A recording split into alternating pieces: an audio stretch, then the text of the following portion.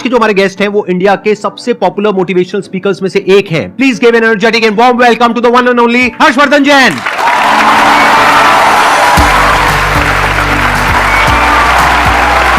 क्या हाल चाल जी? Same to same.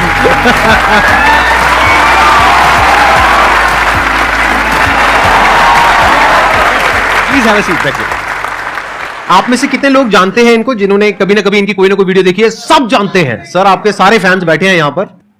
मानवता के सबसे चेतना के ऊंचे स्तर पे अगर कोई है वो मनुष्य है। ये जीव जो है ना, ये जीव के भीतर जितनी शक्तियां, उसका चेतना का जबरदस्त विकास जो पराकाष्ठा है ना, वो मनुष्य ही कर पाता है। अब आपको अपना विकास करना है तो अपनी चेतना के स्तरों को ऊपर उठाना होगा। सर के बहुत सारे ऐसे सेशन हैं जो स्पिरिचुअल चैनल के ऊपर हैं, आप देखोगे तो पाओगे आपके भीतर की चेतना ऊर्जा बहुत जबरदस्त है। टमाटर के भीतर भी जो रंग महकता है ना, वो उसकी वजह से। अभी जैसे शरीर चमक रहा है, लेकिन अगर गिर जाता है तो 2 घंटे में सड़ने लगता है, 4 घंटे में कीड़े पड़ने लगते हैं। फिर वो चमक है किसकी? तो वो जिसकी महिमा है, वो जिसकी महिमा है ना, उसकी महिमा आनी चाहिए। वो महिमा आ गई तो चेतना ऊपर ही उठती है। तो super creature in the sense कि हम बाकी सब जितने भी जानवर हैं और जितने भी जीव हैं, हम उनको डोमिनेट कर सकते हैं, which is a fact. Power के वे में, नॉट फिजिकल पावर, क्योंकि फिजिकली तो हाथी हमसे ज्यादा पावरफुल है, टाइगर ज्यादा पावरफुल है, बट फिर भी हम उसको बांध सकते हैं, उसको कंट्रोल कर सकते हैं, उसको सर्कस में नचा सकते हैं। ठीक है। किस पावर के बेस पे? अपनी थॉट की पावर के बेस पे। तो एक है हमारी थॉट की पावर, जिसके बेस पर हम अपने आप को सुपर क्रीचर बोल सकते हैं अगर चाहे तो। उसमें कुछ भी गलत नहीं है। We are actually super creatures, क्योंकि हमारी ये जो थॉट की पावर है, इससे हम कुछ भी क्रिएट कर सकते हैं। हम स्पेस तक पहुंच गए। सर जैसे कि हम किसी पे ट्रस्ट करते हैं, बहुत ज़्यादा ट्रस्ट करते हैं उस पर, और मतलब उसके साथ हम हर कुछ शेयर करते हैं, चाहे हमारा फैमिली में है, कोई फ्रेंड में है, कुछ भी हो। जब वो एक बार हमारे ट्रस्ट को हर्ट कर देता है, वो हमें बहुत ही बुरा समझ लेता है और कुछ भी कह सकता है वो कभी भी। तो दोबारा अगर उससे रिलेशन बन रही है, हमारी बातें करनी स्टार्ट हो रही है, सब कुछ हम इग्नोर करके, तो क्या सर दोबारा से उस पर हमें वही ट्रस्ट पहले वाली लानी चाहिए, उसके साथ शेयरिंग करनी चाहिए, या उसके साथ मतलब खुल के हम बातें कर सकते हैं कुछ भी? नेपोलियन हिल से जब जीवन में सबसे बड़ी सीख को लोगों ने कहा ना, एक लाइन में बता दो।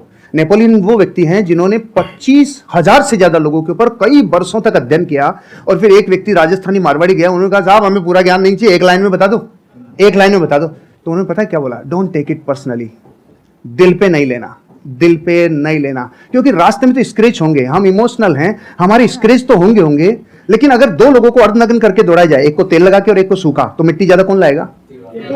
तो तेल लगाना बंद कर दो। यहां नहीं, दिल पे तेल लगाना बंद कर दो, हृदय पे लेना बंद कर दो, नहीं तो जैसे ही मार्केट में जाएंगे लोग तो आपको कुछ कहेंगे। तो पहली बात तो दिल पे नहीं लेना, क्योंकि दिल पे लेते लेते तो खत्म हो जाएंगे, फिर सबका दिल पे लेते चले जाएंगे। एक बात। दूसरी बात, आप कह रहे दोबारा ट्रस्ट करें कि नहीं करें, सोच समझ के, विचार करके, क्योंकि जिस व्यक्ति ने एक बार ट्रस्ट तोड़ा है तो फिर वहां पर एक सिद्धांत लागू होता है, प्रेम भाव हो सब जीवों से, विश्व के हर जीव से प्रेम हो भाई, करुणा स्रोत बहे दुखियों पे, दुखियों पे फिर विशेष करुणा बहनी चाहिए। प्रेम भाव हो सब जीवों पे, करुणा स्रोत बहे दुखियों पे, दुर्जन में मध्यस्थ विभो। ये जो दुर्जन है ना, उसमें फिर थोड़ा मध्यस्थ विभो उन पे, और गुणी जनों में हर्ष प्रभो। जैसे सर गुणीजन है तो ऑटोमेटिकली हृदय से एक श्रद्धा बहती है।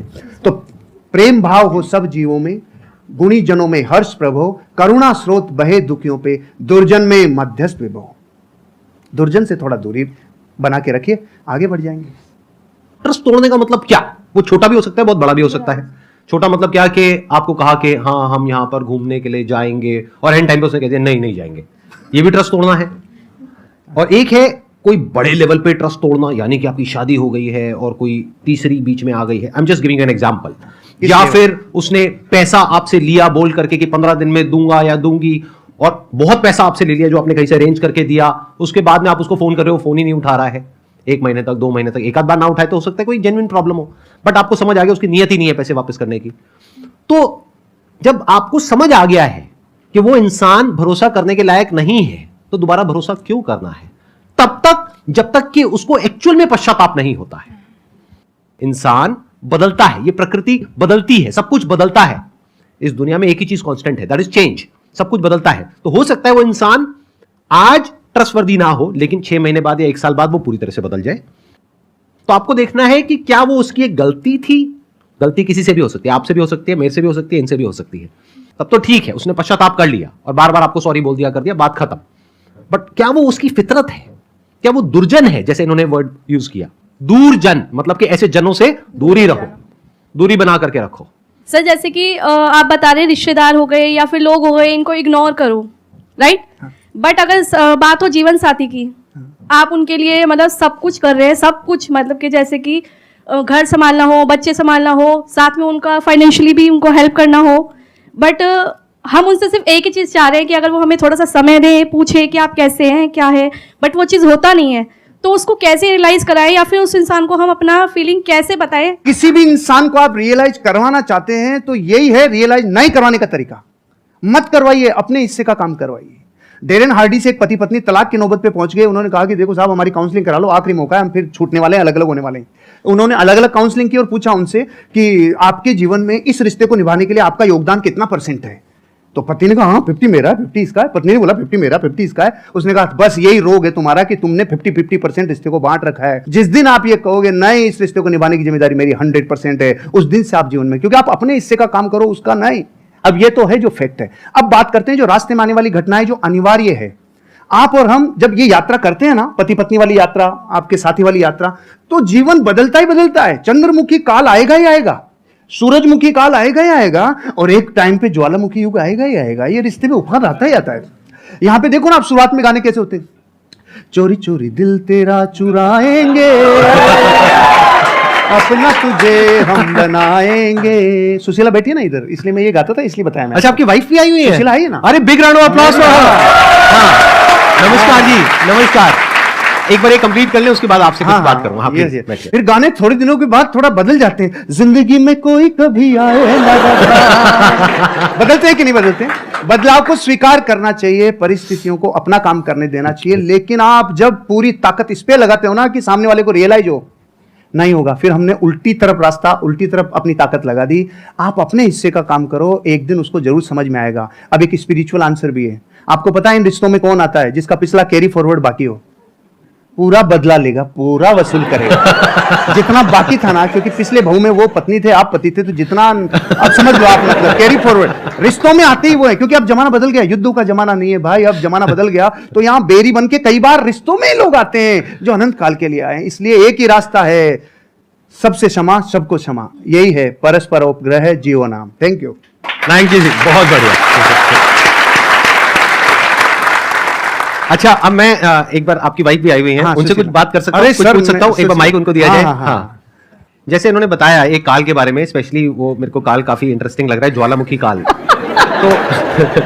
तो ये काल अभी नहीं आया हमारे बीच। अभी तक नहीं आया। मतलब शादी को कितने साल हो गए आप लोगों के? 17-18 साल हो गए। 17 साल। इनके बारे में कुछ ऐसा बताइए जो हम लोगों को नहीं पता है, मतलब किसी को, पब्लिक को नहीं पता है। अच्छी क्वालिटी और ऐसी कुछ नेगेटिव क्वालिटी। एक्चुअली सर ये ऐसे ही है कि कुछ भी ढका हुआ रखते ही नहीं, जो है ना, जो सबके सामने है। ये तो हो गई अच्छी क्वालिटी। जो हर इंसान में कुछ प्लस भी होता है, कुछ माइनस भी होता है। जो सर सुनना चाह रहे हैं ना वो बोल। ऐसा तो मुझे कुछ याद नहीं आ रहा कि कुछ नेगेटिव तो कुछ मुझे लगता नहीं है। हाँ, इन दिनों जरूर हुआ है कि थोड़े से फेमस हो गए हैं तो हम दोनों कहीं अकेले निकलते हैं कि चलो थोड़ा टाइम के लिए स्पेंड कर ले, और मार्केट में जाते हैं, सर सेल्फी ये, तो वो थोड़ा एक मुझे नेगेटिव लगता है। लेकिन इनकी पर्सनैलिटी में कुछ भी नेगेटिव नहीं है वो। अच्छा, सच सच बताना, जब जैसे आप कहीं गए मार्केट में, अब एक तो है कि कोई लड़के आकर के फोटो खींच रहे हैं, चलता है। एक है कोई सुंदर सी कन्या आई कि सर मैं आपकी बहुत बड़ी फैन हूं सर, और उसने आकर के, ऐसा होता है, और उसने आकर के मोबाइल आपको पकड़ा दिया, तो फोटो खींचो। तो ऐसे में क्या होता है? सुनने दो, मैंने भुगता हुआ है इसलिए मैं पूछ रहा हूँ। नहीं, ऐसे में ऐसा होता है कि सर फिर किस थर्ड पर्सन को बुलाते हैं कि भैया आप मोबाइल ले, सुशीला आप भी आओ हमारे साथ, फिर हम तीनों की पिक्चर होती है। मैं इसको साथ अकेले किसी लड़की के साथ। अच्छा, अकेले लड़की के साथ फोटो नहीं खींचते हैं? मैंने आज आपको पर्सनली पहली बार देखा है। मतलब आप जैसे मोबाइल में देखती हूँ मैं, उससे बहुत ज्यादा स्मार्ट और अच्छे लग रहे हैं। सर आपका क्या कहना है इस बारे में? सर मेरे से ज्यादा यही देखती है। अच्छा। और मैं जब नहीं देख पाता और इतना ज्यादा व्यस्त रहता हूं तो ये मेरे को पूरी रिपोर्ट देती है, आज की वीडियो में ये था, आज की वीडियो में था, पूरी समरी मेरे को आपको यही देती है। सर आई मस्ट से आप दोनों की जोड़ी बहुत अच्छी है और may God bless you. Thank you sir, thank you. आपकी और मैम की भी बहुत अच्छी है। मैंने आपका वीडियो देखा था, आपने हमारा वीडियो देखा था? मैंने रिपीट 2-3 बार देखा कि कितना अच्छा बोलती है। मतलब मैं क्या, मैं कैमरा फ्रेंडली नहीं हूँ। अभी आपसे बात करी तो अच्छा, अभी मेरे सामने कैमरा आ जाएगा तो मैं बोल नहीं पाऊंगी, तो इसलिए तो मैम बहुत अच्छा बोलती हैं। आप मेरी तरफ से उनको बहुत बहुत congratulation. Done, I'll pass on your message, please. Thank you.